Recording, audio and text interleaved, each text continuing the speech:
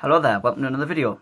Today I'm going to be doing a different type of video. Today I'm going to be actually showing you, well, in our area we do boat fishing.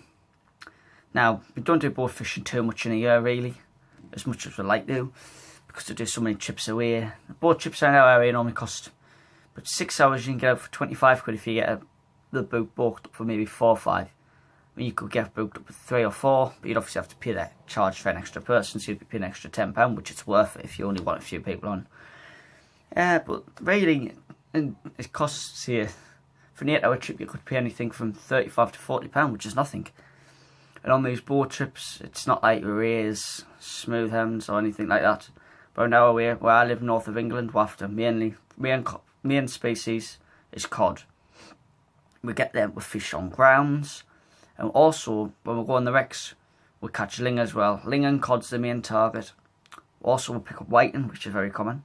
We're also now starting to pick up some pollock, which I'll put just after this. But the pollock fishing we're getting, I'll put it at the end of the pictures we get on the boats. And I got a nice pollock about £6 last time, £7. Fishing over Seam, which is not far from where I live, on the boat called the True Faith, which we know the skipper well and we get deals to go out and everything. Now, there's obviously two different types of boat. They're called downtiding and uptiding. Uptiding, you generally use smaller gear. But this, I'm going to run through the uptiding gear first. Now, this is an Abu Garcia 7. This is a £30 class sport rod. Really, you don't need £30 class, to be honest with you. I mean, this is, it's got not much action in it. Basically, it's to pump anything up. It's a heavy duty wreck rod. The reason I've got this is the first rod I ever got. And I like it because I only go on the boat 3 or 4 times a year and it does the job for me. I know it doesn't, you didn't get as much fight out of the fish and that, but it does me. Also, you'll want a decent size rail. I mean, this is just I think this is a Penn Phantom 15 level wind version. But I bought this and I took the level wind out because I intended to try it for shore fishing. Just like light, big work, shore fishing, you know. Like conger reels and that from the shore casting. But I've since used it on the boat and I liked it that much. I just used it on the boat without the level wind on. Admittedly, this is only, I think this is £30 line or £25. Really, you want about £40 line on there, to be honest. And the most of what we're fishing is about 20 metres, max 50 at the most. So, you know what I mean? We don't fish very often. You want something that's nice and smooth, got good drag as well.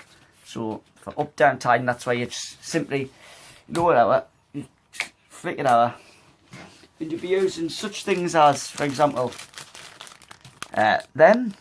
these you can use these. This is what we use for our area.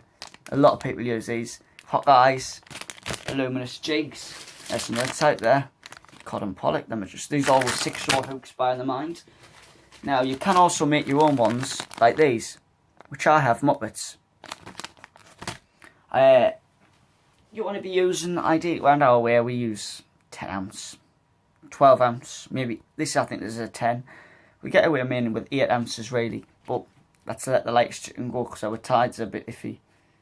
When there's tide running, we do get quite a strong tide. Also, when you're doing wreck fishing, these are called perks. It's got a nice 6-shore hook on there.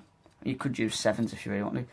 This, with a nice chunk of mackerel on the bottom when you do casting them down, you mainly want to use this over ground more than wrecks, to be honest with you, because wrecks, you don't want to be losing gear, because you know you're going to lose gear, and these aren't cheap. I mean, I've just got this for nothing off someone, but it costs money all the time. You want to be trying to minimise your costs. Just drop that down with a nice chunk of mackerel, and you stand a good chance of getting it. With mackerel you can get cod, or pollock, or even a ling, but the ling's the main target on the wrecks more than the cod. So you drop down right over the side, hit the bottom, a few turns of the reel, and what we do when we're fishing the ground or the wrecks, which lift it up slightly, let it go down slowly, hit the bottom, reel a few turns up. After do that a couple of times, reel a few turns up, then just drop it straight back down into there, hold it for a few seconds, and we'll just keep doing that, trying to move the bait, entice the fish. Now, this is uptiding. What I'm about to show you now. This reel I've got on here It's just a light rail I've got in the box. It'll do for uptiding or like that, but really I would use something a bit better. Like a lot of people that use like the Abu Rockets and stuff like that. I like to use the direct saline slosh. This is just a cheap. This is what I got in a sale actually. To be honest with you, this is just a Zonic S4. It's 7'6". It's a 20 to 30 pound, but it's got a nice tip, lovely tip. Oh, just want to hit the light. But with uptiding, you cast them from the boat, or trying to move the beard away from the noise area of the boat. Now, in uptiding, really, you could use them tracers, to be honest with you, like I just showed you there. But a lot of people like to resort to these type of tracers. I'll just put the hook weight on so you can see what I mean. Also weights. Now I'm going to be showing you using a bong weight because I haven't got an actual uptiding, because I've never done uptiding before. I understand how it works. I've seen enough videos. I've seen people do it on the boats. So a lot of people like to use this method. One of the most common, I would say. A long running ledger like that. On this case, I haven't got the weight running, it's the hook that's running, and it comes up to a crimp. So, in a way, when the fish runs off, if it runs off, it bang. If that weight, if your grip weight on as well, it snags up against that. And that automatically hooks it, gives the hook more bite into it. Now, when the uptiding we use mainly 3 oars, 4 oars. You use like 3 or 4 lugworm, bit of mussel, some of that carp, what we use up our way. So that's the general technique, and you're casting it away from the noise area of the boat, and you strap it down, and you're waiting for the actual bite. Now, personally, I've never done this. I might try it this year. I've never tried it before. It's more of a relaxed way of thinking, but I do prefer it when we're fishing away. Sorry about that glare, it's the light. Just hit the light. But that's the different types. I mean, don't get me wrong, the setups that I've got, they're not top of the range. I'll hold my hands up, they're not. But you don't need top of the range gear, to be honest with you. You need something that's just going to do the job. It's not bottom of the range gear either, you know. It's not the cheapest bottom rail you can have. It's not the worst rails you could have. It's one of the best boat rails you can get, to be honest, what I've got. Very not a cheap boat rail then. And some of that slush is something perfect on an uptiding rod. And there's the general idea. But really, as I said before, our main targets are ling cod and maybe the odd pollock. Obviously, when you're fishing in the deeper water, I would check your bait after maybe every 10 minutes of your drop if you're not getting any action like you would from the shore. Now, I'm going to show you these muppets I make as well quickly. These are what I make myself. I normally only use 2. And I've done this on the last couple of trips. I'll put the picture up at the end, and I'll link it in where I've seen I've done well on that trip with the muppets. One of the trips I went on, I was actually really badly seasick, because I've never been seasick normally.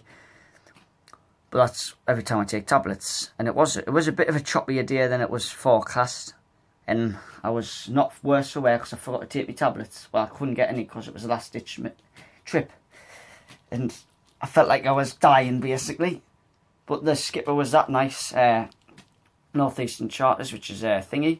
He actually, there was only a few people. It was only in the first 2 hours of the trip, which was an 8-hour trip. And we weren't far away from the shore. I caught about 4 or 5 codlin, nice size, about £3, £4. He ran us back in, and because he wanted to get some fuel as well for the boat. Dropped us back in, give us all the fish on the boat, what was left. And then basically charged us less, obviously because we weren't out as long, and he charged us £20 when the real charge would have been £35. But he gave us all the fish on the boat, and we got, I think there's 3 of us, me and my cousin Niv. This is a bit long ideally as well, but this is what's been slaying them on my last few trips. These, but in the green version. Making them myself, and I just put like a little bead above it. These aren't the luminous ones, but I would like to put a luminous. Just to make the glare, and that's a standoff paternoster. You can make these for shore fishing as well, and just put like for whiting or anything off the beach then. So if you watch TA Fishing Show, you'll understand what that knot is, and it's just the same type of knot. But I hope I've given you a slight insight into the differences between uptiding and downtiding and what they entail basically. Hopefully you've learned something from that, or at least gained a tip or something you might not have known before. I mean, most fishermen will have known these tips, you know, but I'll show you all the pictures at the end, and hopefully you've learned something and just see for yourself what can be caught on the boats. I mean, the cod, we can get some nice codling. Hope you enjoyed. Thank you very much. Please like and subscribe for more, and see you. Here's a nice codling off the boat, the Sapphire. Here's the group photo from the Sapphire, and a load of codling and a nice ling there, as you can see. Here's Nathan's 4-pound pouting, which was quite one of the biggest ones caught in that the area in that time. Here now is my nice pollock off the boat and see him, the True Faith. There it is again. As you can see, lovely fish from the boat.